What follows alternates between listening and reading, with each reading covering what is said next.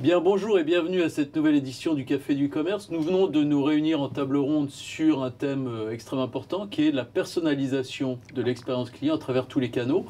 Et pour parler de ce sujet brûlant, nous avons une nouvelle fois réuni les meilleurs experts. Donc je suis très heureux d'accueillir François Laxalt. François, bonjour. Bonjour. Donc vous, François, vous êtes le directeur marché et innovation de la société Neolan. Très heureux de vous avoir sur ce plateau. Bruno Florence. Bruno, bonjour. Bonjour. Vous êtes le fondateur de la société Florence Consultant. Très heureux de vous avoir avec nous également. Et un grand habitué de ce plateau, Pascal Morvan. Pascal, bonjour. Bonjour Pascal. Donc vous êtes le directeur solution de la société Compario. Alors, sans plus attendre, je me tourne vers vous, François. Il y a quand même un aspect qui est extrêmement intéressant, qui est le fait que le client aujourd'hui est complètement cross-canal. C'est-à-dire que pour lui, les canaux n'existent pas.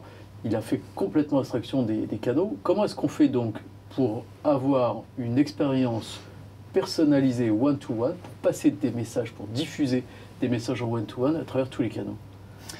Eh bien, effectivement, le consommateur utilise entre 2 et 3 canaux dans son acte d'achat. C'est un challenge pour le marketeur. Et la solution consiste effectivement à avoir une base de données marketing dans laquelle le marketeur va pouvoir récupérer et centraliser les informations sur ce comportement cross-canal des consommateurs.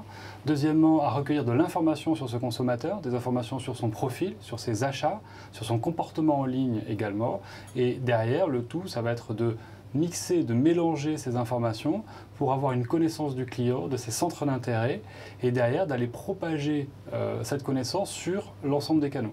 Et c'est là où intervient la question de la cohérence des messages. Il va falloir pour chacun des consommateurs être capable de créer un message complètement adapté à ses centres d'intérêt et d'aller pousser ce message sur des canaux sortants, par exemple l'email, mais aussi préparer ces messages pour que quand le consommateur arrive sur un site web, le message puisse être effectivement à la fois personnalisé, mais cohérent avec ce qui aura été dit sur les canaux sortants. Et pour donner quelques chiffres aujourd'hui, le canal le plus utilisé en personnalisation par les marketeurs, c'est l'email. On est aux alentours de 40%. Viennent ensuite les call centers.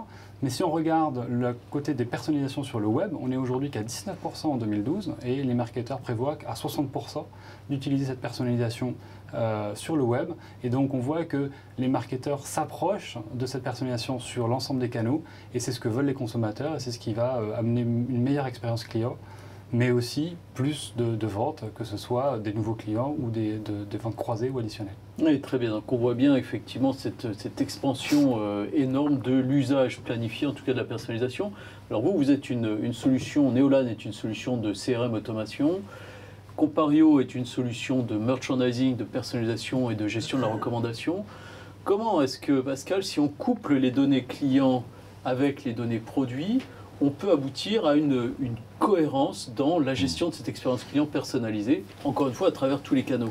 C'est vrai que d'associer la connaissance client et la connaissance produit est importante dans la mécanique de recommandation. Recommander, c'est recommander avant tout des produits, et ces produits ont des caractéristiques qui sont ensuite associées à des clients. Quelle est ma marque préférée, quelle est ma couleur, ma taille, etc. Donc toutes ces caractéristiques doivent être utilisées, la connaissance client, pour adapter la remontée ou la recommandation produit. Ça, c'est ce qu'on fait aujourd'hui sur l'ensemble des canaux digitaux chez les clients de Compario. Aujourd'hui, il faut aller plus loin. Il faut aller plus loin aussi dans d'autres canaux de communication qui sont aujourd'hui gérés par les solutions de marketing automation, qui ont pour vocation de déterminer à quel moment animer le client. On parle souvent de cycle de vie client. Dans ce cycle de vie client, on doit être capable, au-delà de pousser des offres, d'être capable de recommander de la même façon des produits en cohérence avec ses habitudes d'achat, sa façon de naviguer sur le site web, comment il réagit aux offres, comment il réagit aux produits, pour faire en sorte que tout soit cohérent et que cette cohérence soit véhiculée sur l'ensemble des canaux et de ne pas se contenter de gérer les silos un peu de façon différente en se disant une action de personnalisation, de recommandation, elle est valable pour un email, pour le web, pour le mobile, et de faire en sorte que tout ça soit cohérent et que le client s'y retrouve. D'accord, donc une forte complémentarité entre ces deux types de solutions. Alors, il y a quand même une question qui nous vient, qui est de savoir quels sont les pièges à éviter comment est-ce qu'on se prémunit notamment du facteur de complexité qui peut sortir de la mise en œuvre de telles solutions. Bruno? Tout à fait. Dans ce type de projet, on peut avoir des projets complexes. Donc mes recommandations pour mener ce type de projet, c'est d'avoir une démarche plutôt de test and learn, c'est-à-dire prévoir des petits projets simples qui ensuite vont pouvoir se complexifier et amener des solutions telles qu'elles ont été décrites, cross-canal, avec de la recommandation produit, de la personnalisation vraiment one-to-one. Il y a un chemin d'apprentissage important, il ne faut pas le négliger. Deuxième partie, souvent sur ce chemin d'apprentissage, on va se poser la question de récupérer le comportemental de l'internaute, le web analytique. Et donc là, on va être obligé d'abandonner Google, puisque Google Analytics ne permet pas individuellement de traquer l'internaute. On va passer soit sur une solution payante du marché français, soit confier ce tracking de l'internaute à sa solution de gestion d'e-commerce qui va vous permettre ensuite de récupérer par individu le comportement et de sortir ensuite des cibles comportementales. Donc ça, c'est le deuxième point qu'on rencontre souvent sur les sites, sur les problématiques de projets de personnalisation.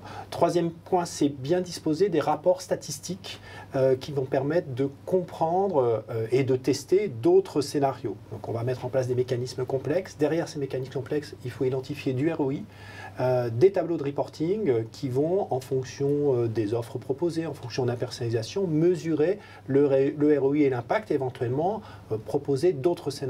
Ces rapports, il faut les disposer au sein des solutions, et les solutions ne sont pas toujours câblées pour ce type de rapport. À partir de là, je pense qu'on est relativement bien équipé pour progresser, partir du plus simple et petit à petit, au fur et à mesure des mois et des années, sophistiquer ces scénarios d'expérience client, de marketing relationnel sur l'ensemble des canaux de contact avec les internautes. Très bien. Donc sous réserve effectivement de ces précautions, donc des cycles d'expérimentation courts fondés sur de la mesure temps réel, la donnée client avec Neolan, la donnée produit avec Compario.